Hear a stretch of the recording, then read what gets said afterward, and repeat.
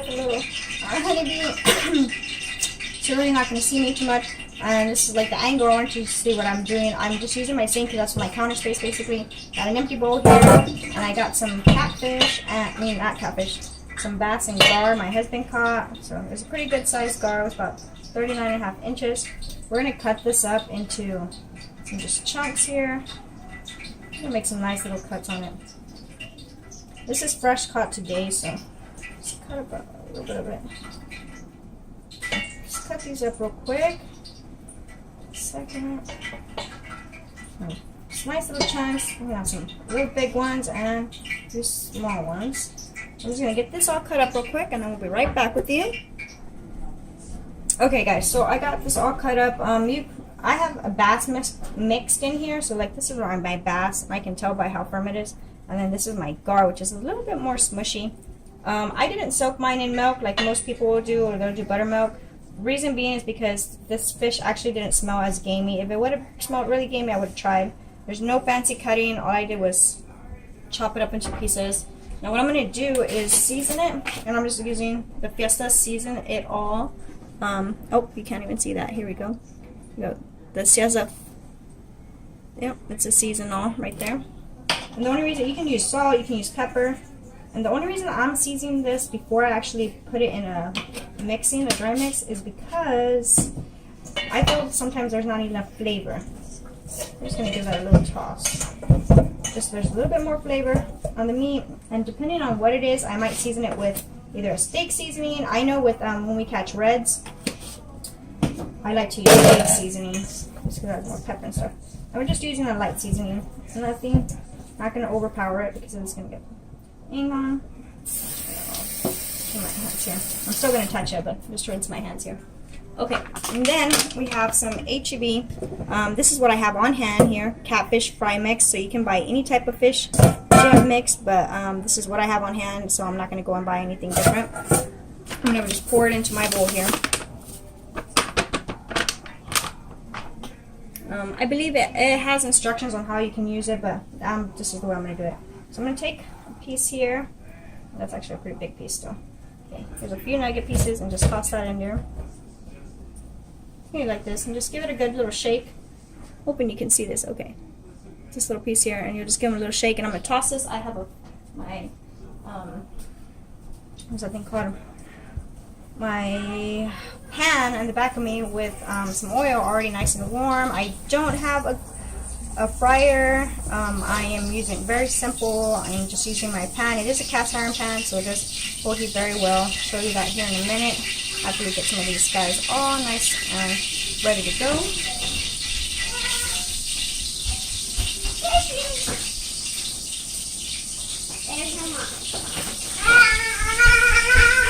I'm doing all the littlest pieces first. Come on, let's go, baby. When the kids are around playing, it's Sunday, so all we did was church. We did no type of schooling today. The kids have been working on their solar system, but they wanted to work on it today, and I just didn't let them because it's Sunday, so they need to relax.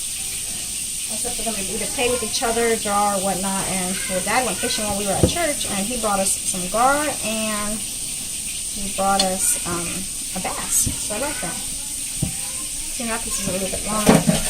My knife here. Is that it? I'm hoping you can see all of this that I'm doing here.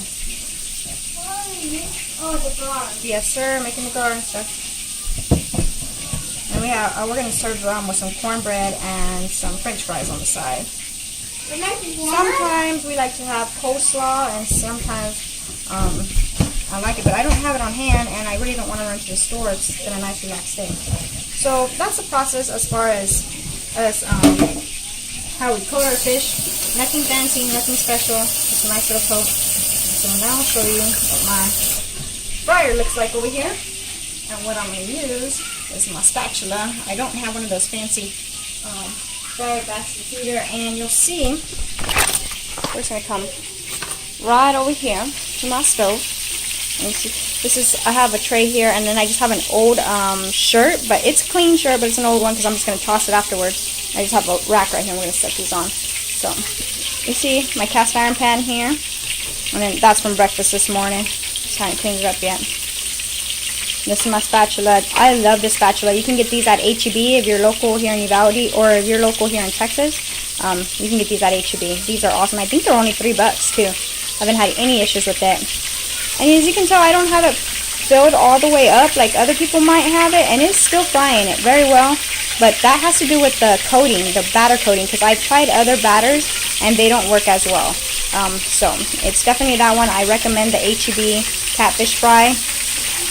You see that one there? I'm just going to flip that guy over. And you're just going to wait till they're nice and golden. As you can see, that one's already golden. That's ready to go.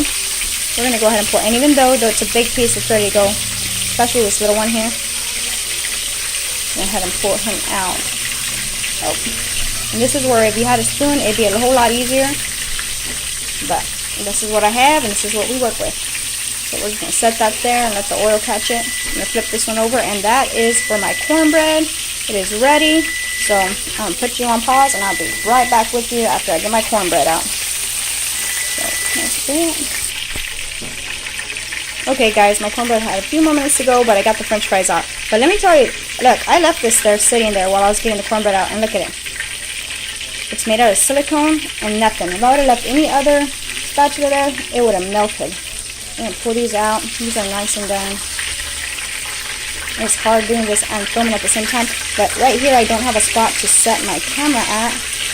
So, try to do this. I'm gonna go ahead and finish doing all of them, and then I will show you what they look like on the inside once I get one cooled down there so y'all can see them. Okay, you don't need a fancy fryer, you just need some oil. I recommend this pan though, I do love it. The spatula, you can get them at HEB. So I will be back with you in a few minutes.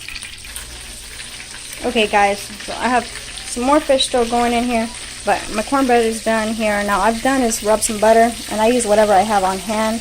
Whether it be a stick butter, whether it's the spread butter, or whether it's butter my daughter made from our raw milk.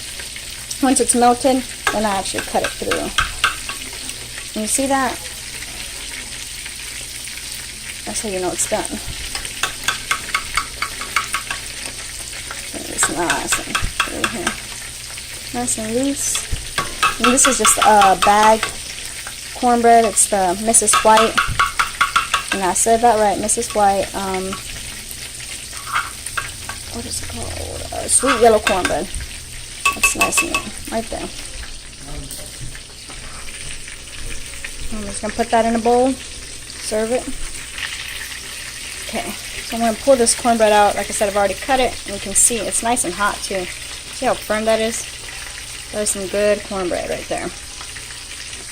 Get the rest of this out here.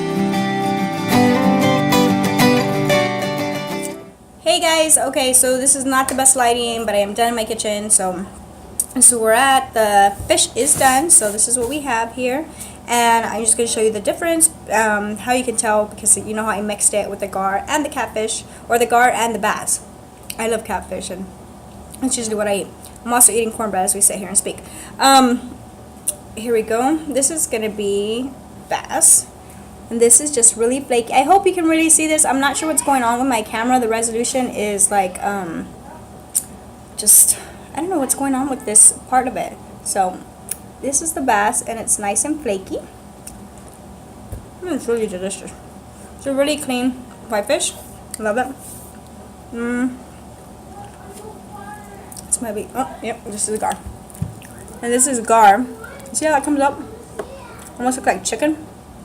Maybe chicken, or I say chicken. It looks like chicken.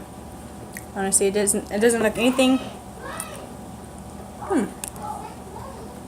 It's flaky. See how it's flaky?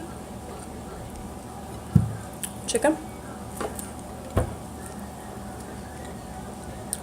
Almost tastes like